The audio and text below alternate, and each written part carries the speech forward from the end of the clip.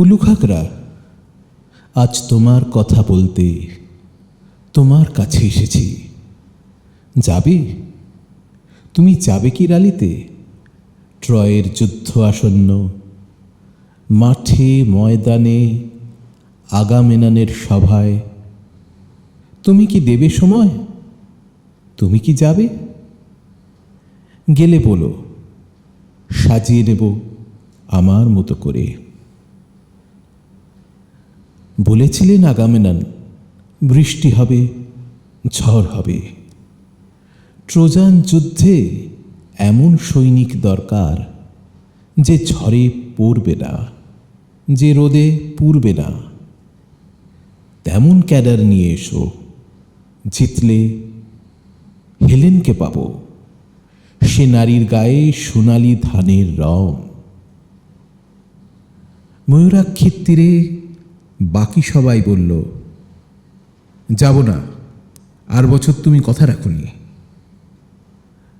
উলুখাগড়া, তুমি বেচারা কেবল না বলনি।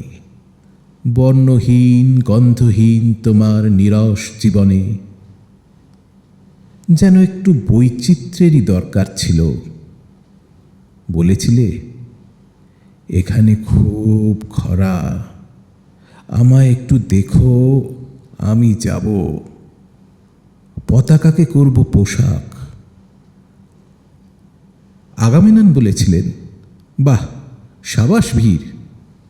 মহাসমাবেশে মাথার থেকে মাথার নিরেট বিস্তার, এমন সৈন্যস্তম্ভ মানুষ দেখেনি আগে। তবু বলো তো ভাই, রালির মাঠে এত মুরগির পালক কেন? বলেছিলাম, উলুখাগড়ারা খেয়েছে, ওদেরও তো খাবার দরকার। ময়ূরাক্ষীর তীরে দূর বিস্তৃত উলুখাগড়ার বসতি আগামেমনন কোনোদিন দেখেননি, দেখবেন না, যাবেন না অত দূরে। মধ্যরাত্রে ঝড় এলো, ঝটিকা প্লাবনে সব ভেসে যাচ্ছে আকাশে মেঘ।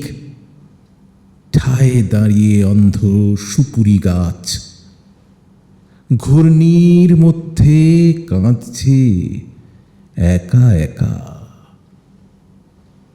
কথা রাখতে পারিনি উলুখাগড়া, এবারেও আমি কথা রাখতে পারিনি।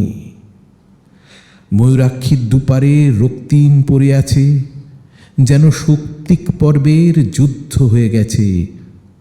অসংখ্য মৃত উলুখাগড়াকে ঢাকা দিয়ে ছেঁড়া মানচিত্রের মতো পড়ে আছে আগামেমননের পতাকা।